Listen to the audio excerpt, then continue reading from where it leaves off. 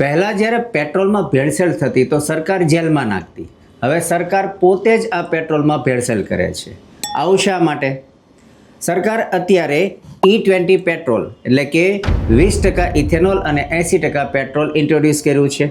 આ પ્રોજેક્ટને ધીમે ધીમે E40, E60, E80 અને E100 એટલે કે 100% ઇથેનોલ પ્રોજેક્ટ જે છે એ ઇન્ટ્રોડ્યુસ કરવાની છે. આવું શા માટે?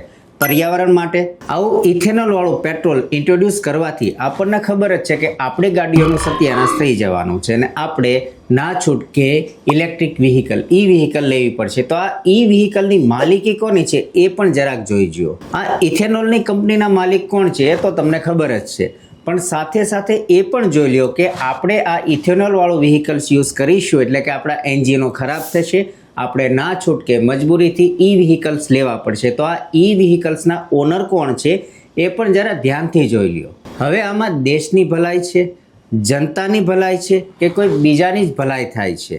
જો સમજાય તો નીચે કોમેન્ટ જરૂર કરજો.